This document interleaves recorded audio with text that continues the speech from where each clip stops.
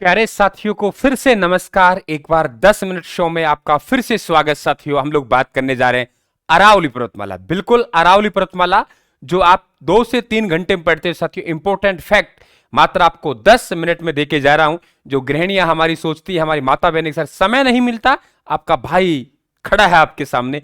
समय ही समय है, आप तो बस थोड़ा समय दे दो मुझे और उसके बाद आराम से एग्जाम पास करो। ये पढ़ेंगे बहुत घंटे, 2-2 घंटे, हम 5-5 मिनट में साथियों एग्जाम निकाल जाएंगे। अरावली पर्वतमाला देखिए, कोई भी भौतिक प्रदेश, इससे पहले एक सूचना दे दूं मैं आप लोगों को। ये राजस्थान के समस्त जो नोट्स हैं, वो राजस्थान का ऐप आपको गूगल प्ले स्टोर से डाउनलोड करना है और आपको फ्री स्टडी मटेरियल में जाना है। और फ्री स्टडी मटेरियल में आप जाएंगे तो वहां आप लोगों को ई बुक के रूप में समस्त नोट्स हमारे अवेलेबल हैं। ये आप देख रहे हो, 4 जो सेट है आप लोगों का, एक उधर रह गया। ये राजस्थान जीके के हैं आप लोगों के, एक सेट और है स्पाइरल बाइंडिंग में, बड़े शानदार तरीके से। 1 से 1.5 साल आपके बचा सकते हैं नोट्स। पहले जाइए आप राजस्थान के ऐप पर, वहां कोई पैसा नहीं लग रहा, फ्री वाला सामान दिखा रहा हूं। ठीक है, आराम से पढ़िए, महीने 2 महीने मन करे तब मंगवा लेना, आ जाइए क्लास में। मित्रों, कोई भी भौतिक प्रदेश है वो किसी न किसी का अवशेष है। हमारे राजस्थान में दो ऐसे अवशेष, 2 के अवशेष है, एक गोंडवाना लैंड के और एक हमारा 33 महासागर का। 33 महासागर ने या तो मरुस्थल बनाए या मैदान बनाए। अगर पठार और पहाड़ों का नाम आता है तो वो गोंडवाना लैंड का अवशेष है। तो कहने का मतलब अरावली पर्वतमाला और दक्षिणी पूर्वी पठारी भाग हाड़ौती वाला वो गोंडवाना लैंड का अवशेष है। पहले साथियों पर्वत बने, फिर पठार बने, फिर मैदान बने, फिर मरुस्थल। राजस्थान का सबसे प्राचीन भौतिक प्रदेश पर्वत यानी अरावली पर्वतमाला है। दूसरे नंबर पे हाड़ौती का पठार है।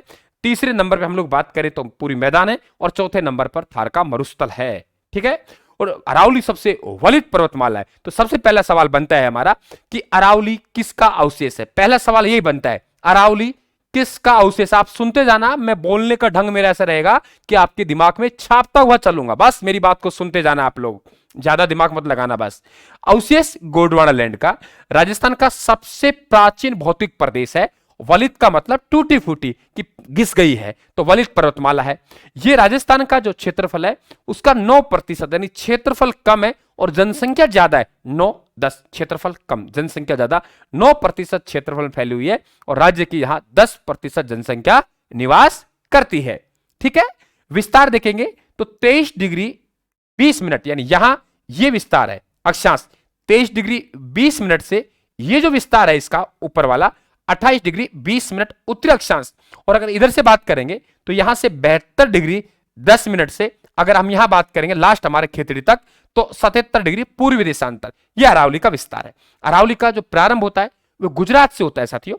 गुजरात में खेड़ा भ्रम पड़ता है, यहां से इसका ये ध्यान रखें आप लोग, गुजरात से होता है। और अगर आपसे पूछे अरावली का पिता, तो अरब सागर कहते हैं, क्योंकि जड़ें अरब सागर तक इसकी फैली हुई हैं।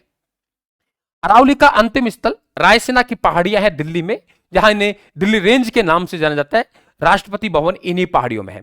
बात करते हैं राज्य में प्रवेश कहां से करती है, तो राज्य में प्रवेश सिरोही उदयपुर से करती है और खेतड़ी से बाहर निकल जाती है। हम कहेंगे राज्य में अरावली का सर्वाधिक विस्तार कहां है, उदयपुर। हालांकि उदयपुर से सलूम्बर अलग बन गया है, लेकिन अभी भी होगा। ठीक है, न्यूनतम विस्तार की हम लोग बात करें अजमेर। क्लियर।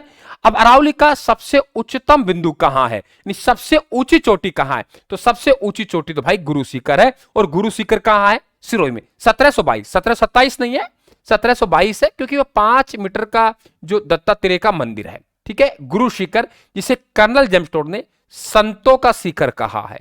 क्या कहा है भाई, संतों का शिखर कर्नल जेम्सटोन ने कहा है।